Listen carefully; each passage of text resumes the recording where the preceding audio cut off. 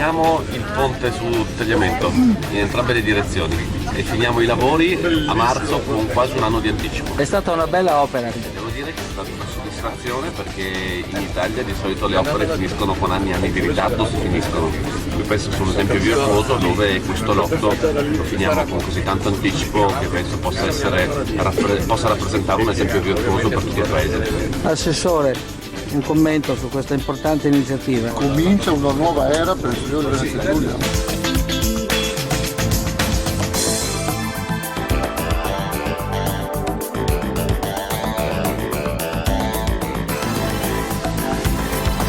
E sul versante di Alvisopoli c'è stata una bella conquista perché hanno ottenuto un casello importante, no? Ma insomma era da tanto tempo che il territorio lo chiedeva, sembra anche corretto che venga sentito il territorio e che venga poi messo in opera quanto previsto. E poi anche grandi lavori a San Stino di Livenza, verrà rifatto il nuovo casello lì. Ma lì è tutto, no? Cioè, adesso il secondo tempo di questa partita importantissima è l'Alvisopoli San Donà per fare la terza corsia. Allora possiamo partire. Bene. Benvenuti a tutti e tutti quelli che hanno avuto la cortesia di rispondere al nostro invito, per cui le forze della polizia stradale, i sindacati, i sindacalisti e i rappresentanti dell'impresa, in particolare del consorzio Tigliaventu, che sono qui rappresentati da Giove Trabianchi, dall'amministratore delegato della Pizzarotti, e da Marco De Ecker, che è il presidente del Rizzani De Ecker di Udine. L'importante oggi di questa iniziativa è il fatto che con l'apertura al traffico di questa opera d'arte, così come la definiamo, che è il secondo viadotto sul fiume Tagliamento, completiamo il percorso critico di questa opera importante. E questo significa che una volta completata questa opera possiamo vedere la fine di questo terzo lotto, di terza corsia, che è il lotto che va da Gonars ad Alvisopoli, ed è una fine che possiamo in qualche modo traguardare ancora in due tappe importanti. Entro la fine di quest'anno, all'inizio del prossimo, ci sarà l'apertura del tratto con 3 corsie in ambo le direzioni per circa 21 km, quindi con un avanzamento dei lavori pari a più dell'80% ovviamente del lavoro complessivo, e il completamento, diciamo, dell'opera, della transitabilità dell'opera è prevista che avvenga diciamo intorno al 31 marzo, inizi del mese di aprile. Questo cosa significa?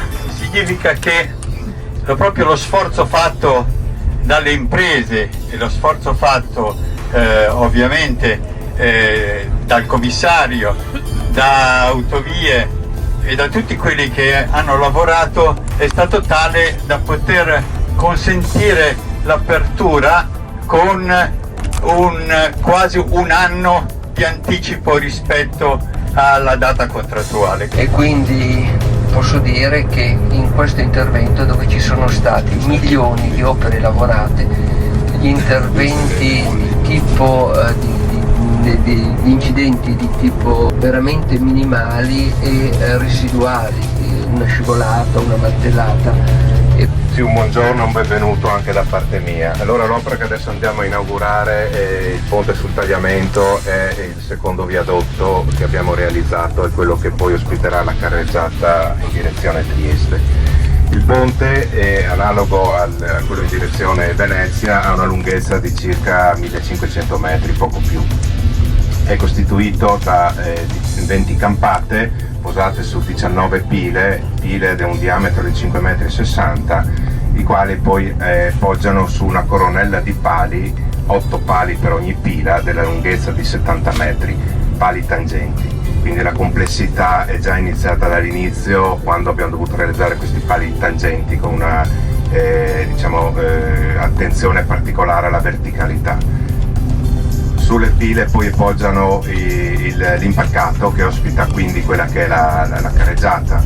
L'impalcato è costituito da dei conci prefabbricati che sono stati realizzati in cantiere. È una grande giornata oggi essere qua anche come gruppo Superbeton, gruppo Grigolin. Sì, stiamo lavorando, completando anche là a breve.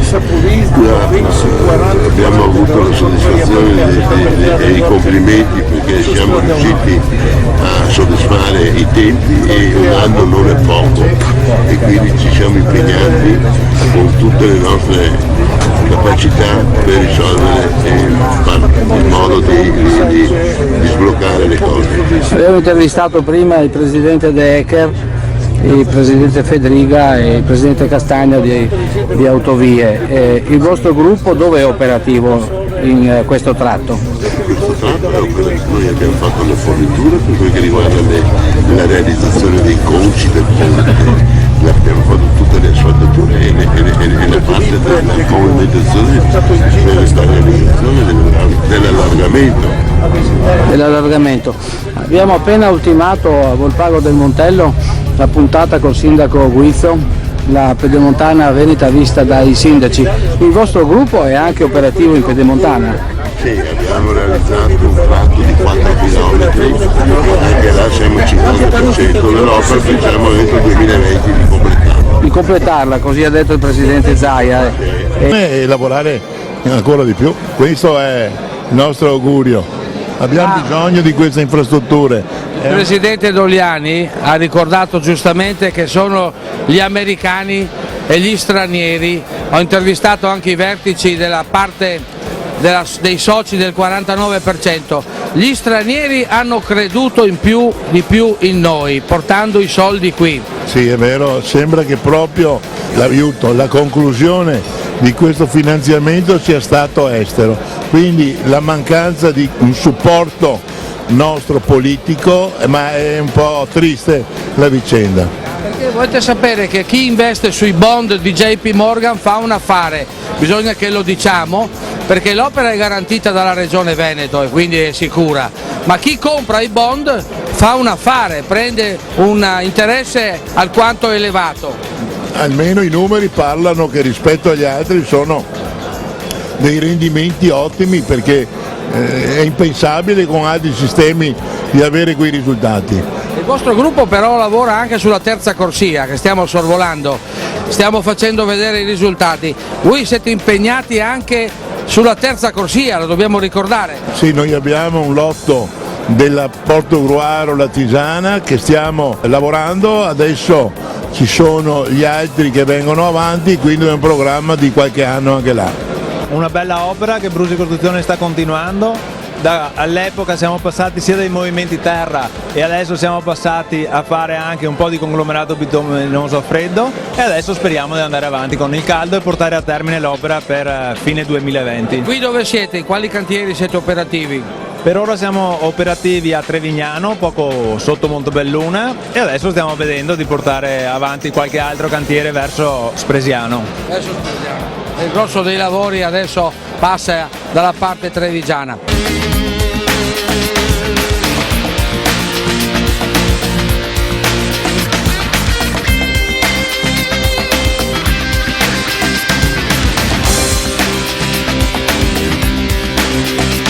E abbiamo fatto vedere anche dall'alto i lavori e quindi stanno alacremente lavorando. Lavorate molto anche in questa regione. Santa Maria, dal punto di vista tecnico, Brussi che cosa sta realizzando? In questo specifico lotto abbiamo realizzato tutte le opere d'arte proprio nella parte che abbiamo inaugurato oggi, a parte il viadotto che lo ha realizzato direttamente la Rizzana di Ecker, tutti i sottopassi, ne abbiamo fatti 5 e abbiamo fatto tutte le fondazioni con materiali forniti dal Superbeton, il misto cementato alta ductilità in particolar modo e tutti i conglomerati bituminosi ad elevate prestazioni. Invece in altri cantieri stiamo realizzando, ad esempio appena cominciato per il comune, per la città metropolitana di Venezia, il viadotto e la galleria che collegherà il Ponte della Libertà, un'opera da 15 milioni di euro che abbiamo cominciato questi giorni e finirà entro 560 giorni. E su Pedemontana Veneta invece abbiamo fatto Volpago del Montello e ora la prossima settimana andremo a Trevignano e anche a Povegliano, abbiamo fatto Villorba. Se vuole dirmi qualcosa su Superstrada Pedemontana Veneta.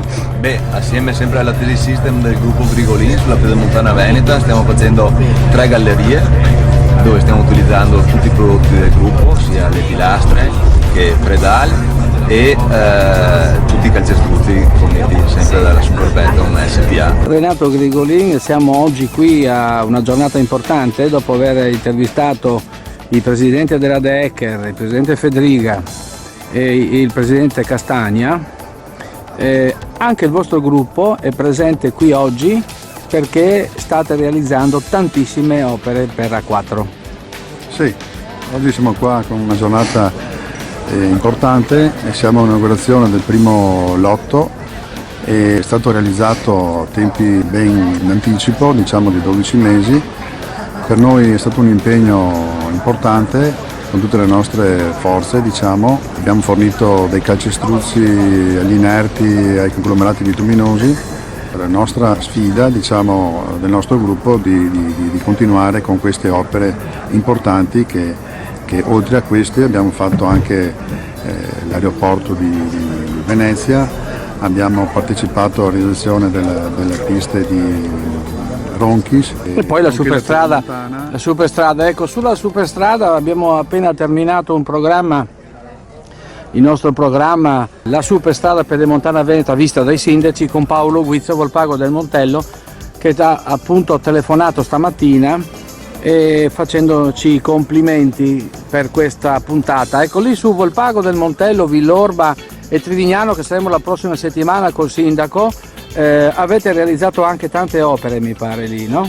Sì, siamo, diciamo, nel pieno trevisano, stiamo realizzando opere importanti, diciamo, dai movimenti terra, dai cementati, dai conglomerati bituminosi, calcestruzzi. Diciamo che è un'opera più importante del Veneto, un'opera che è lunga 92 km, che parte da Montecchio e arriva a Spresiano e che collega la 27. La nostra prossima sfida a realizzare anche quest'opera. Anche Tesi System mi pare che ha lavorato tanto lì. Sta realizzando anche Tesi System con i suoi prodotti un'opera importante di una galleria, anzi 2 gallerie nel Trevisano. Torniamo in Friuli Venezia Giulia, che oggi il servizio è dedicato al Friuli Venezia Giulia, Autovie Venete, quindi il vostro gruppo oggi, grazie a questa opera, può dire di competere e di collaborare ai massimi livelli. Per noi non è che siamo veneti, pensiamo di lavorare solo in Veneto e non in Friuli o in altre regioni. Per fortuna abbiamo una mentalità aperta e ci spostiamo da una regione all'altra in base al lavoro che ci viene proposto.